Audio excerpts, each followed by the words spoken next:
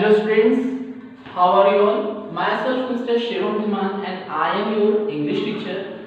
Today in this video I will explain you all the poem which is chapter 1 of your English literature textbooks whose title is Nature and Man and the poet of this poem is Naresh Chandra Sharma.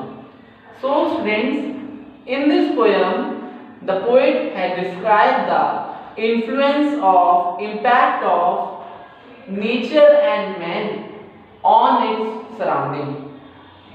What is the impact of nature and what is the effect of nature and human beings on our environment? We all can say that nature has positive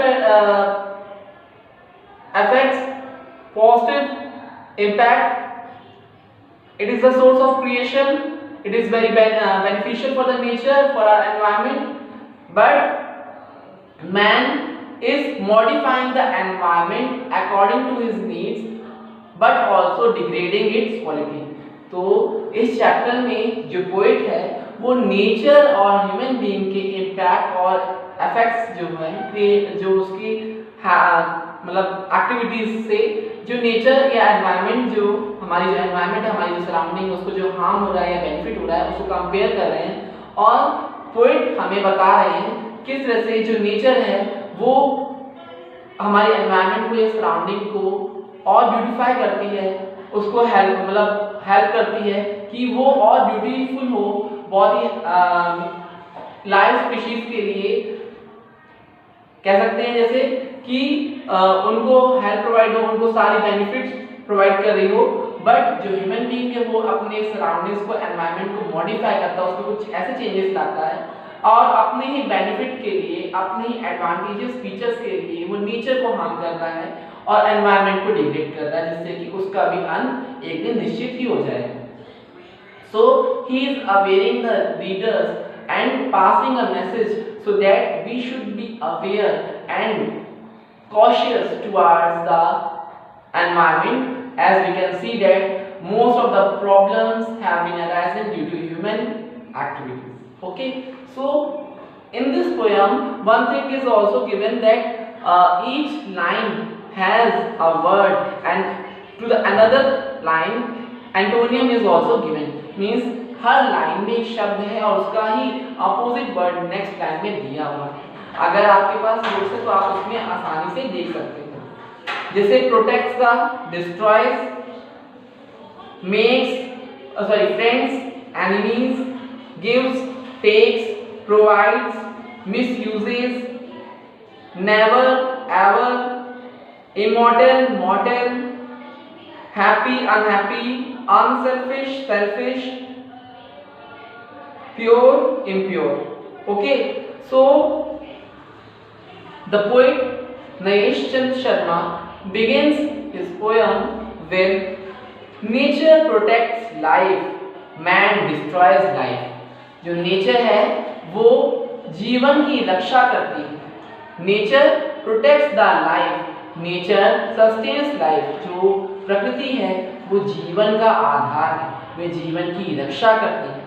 but man destroys life, जो human being है वो जीवन को नष्ट करता है, वो अपनी ऐसी आदतों को चुनता है जिससे कि मानव जाति और अन्य जीवन भी खतरे में आ जाता है। Nature plants trees, man cuts trees. जो नेचर है वो, जो हमारी प्रकृति है वो बीजों को उगने में हेल्प करती है।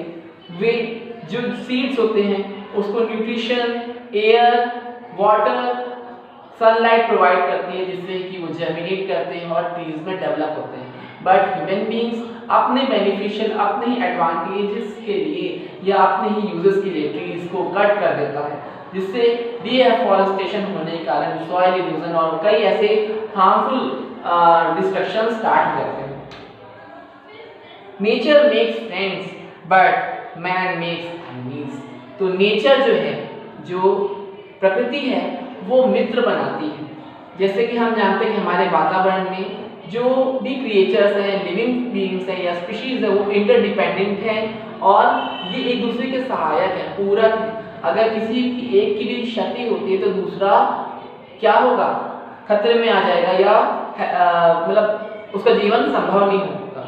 तो वैसे ही जो नेचर है वो फ्रेंड्स बनाती है, बट जो मैन है वो दुश्मनी फैलाता है, वैर भाव बढ़ाता है। जैसे कि मनुष्यों के अंदर क्या है कि जरा सा भी उनके बीच मतभेद हुआ तो हिंसा बढ़ जाती है, और हिंसा बढ़ने से क्या होता है, लड़ाई झगड़े और विस्फोटक सामग्री का इस्तेमाल करने से एक दिन जो क्या होगा, मानव जाति खतरे में आ जाती है ना। Nature gives life, man takes life. जो प्रकृति है वो जीवन को जन्म देती है, वो जीवन की रक्षक है, जन्म देना जानती है। पर जो मनुष्य है, जो मैन है, वो जीवन लेता है, जिसे स्पीशीज को किल करता है, हंटिंग करता है, पोचिंग करता है और ट्रीज कट करता है, तो वो जीवन को लेता है और प्रकृति जीवन देती है। Nature provides power, man misuses power. Nature हमें कई एनर्जीज, कई पावर प्रोवाइड करती है, जैसे कि solar energy, wind energy, tidal energy, geothermal energy etcetera. But जो ह्यूमन बीइंग है वो इस नेचर का, इस पावर्स का, नेचर के द्वारा दी गई पावर्स का मिसयूज करता है, उससे हार्मफुल क्रिएशन करता है और अपने ही वातावरण, अपने ही जो लिविंग स्पीशीज, अपने ब्रदर्स, अपने जो क्रिएचर्स हैं उनको भी हार्म करता है। Nature never dies, man never dies. जो प्रकृति है वो हमारे कई युगों से जीवित चली आ रही है, एक स्पीशीज मरती है दूसरी स्पीशीज जन्म लेती है। तो नेचर हम देख रहे हैं कि जो माउंट एवरेस्ट है वो कई सालों तक था, नदियां कई सालों से बहती आ रही हैं, है ना। तो प्रकृति कई सालों से जीवित है, वो कभी भी मरती नहीं है। जो ह्यूमन बीइंग है वो, उसकी मृत्यु एक दिन होना निश्चित है और वो एक दिन जरूर मरेगा, ठीक है। जिसका जन्म हुआ है वो एक दिन एजिंग हो जाने के बाद अपने आप मर जाएगा, ठीक है। तो उसमें ह्यूमन बीइंग में या किसी भी स्पीशीज में, लाइफ में कंटिन्यूएशन ऑफ स्पीशीज चलता है और एक स्पीशीज के जन्म लेने के बाद दूसरी स्पीशीज जो है आ जाती है और वो स्पीशीज जो पुरानी वाली है वो खत्म हो जाती है। तो मैन जो है वो इमॉर्टल है, सॉरी मैन जो है वो मॉर्टल है, ठीक है। मैन जो है वो मॉर्टल है, यानी उसकी मृत्यु निश्चित है, वो अटल है, वो एक दिन मृत्यु को जरूर प्राप्त होगा। और जो नेचर है वो कभी भी खत्म नहीं होगी, वो इमॉर्टल है, अमर है, उसका खात्मा नहीं हो सकता है। Nature is immortal, man is मॉर्टल। Nature is immortal, man is मॉर्टल। तो नेचर जो है अमर है और मैन जो है वो उसकी मृत्यु होना निश्चित है। Nature makes others happy. Nature environment को खुश मिजाज रखती है।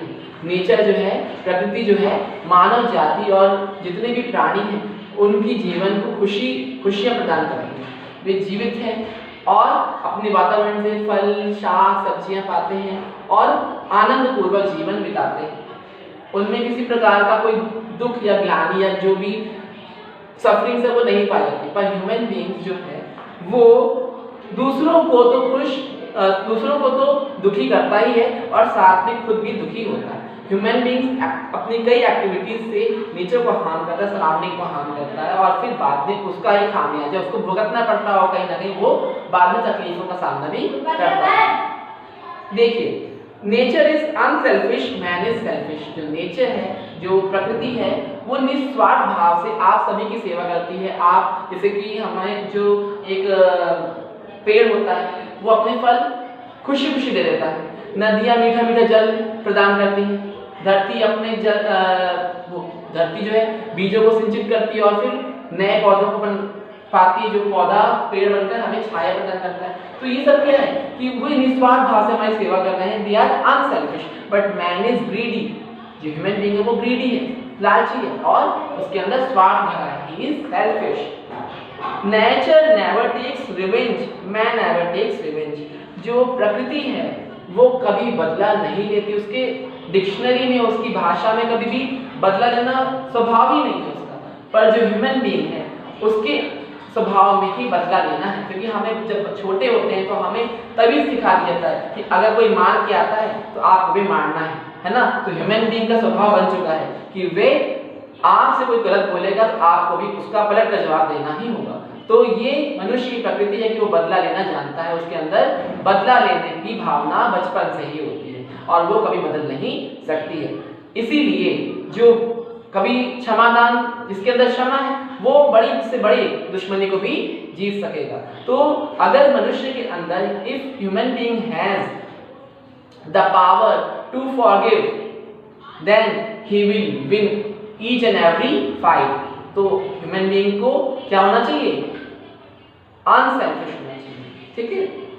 And he should never take revenge. If he will take revenge, then he will harm himself only. Oh God, make man pure, otherwise he will make you impure. तो जो poet है वो last line में God से pray करते हैं कि bless the human soul, the human mind, to make him pure and bring good thoughts that will make his surroundings purify and clean and safe. तो वो पोएट जो है लास्ट लाइन में ईश्वर से प्रार्थना करता है कि हे ईश्वर, आप मनुष्यों को प्योर मतलब पवित्र बनाइए, जिससे कि वे अपने वातावरण को भी पवित्र और साफ सुथरा रखें। एंड अगर आपने ऐसा नहीं किया तो one day will come that he will make you impure, मतलब वो भगवान को भी कलंकित कर देगा, है ना। तो भगवान को भी वो कलंकित कर देगा। यानी जो नेचर है हमारे, हम कहते हैं ना ईश्वर सर्वत्र है, यत्र तत्र सर्वत्र है, यानी ईश्वर हमारे हर भागों में हमारे आसपास पाया जाता है। और अगर हम अपने नेचर को हार्म करेंगे, अपने एनवायरनमेंट को ड्यून करेंगे, दूषित करेंगे, तो हमारे जो ईश्वर है वो भी खराब हो जाएंगे, कलंकित हो जाएंगे, गंदे हो जाएंगे, है ना। हम लोग किसकी पूजा करते हैं, पीपल की पूजा करते हैं, केले की पूजा करते हैं, हम गायों की पूजा करते हैं, है ना।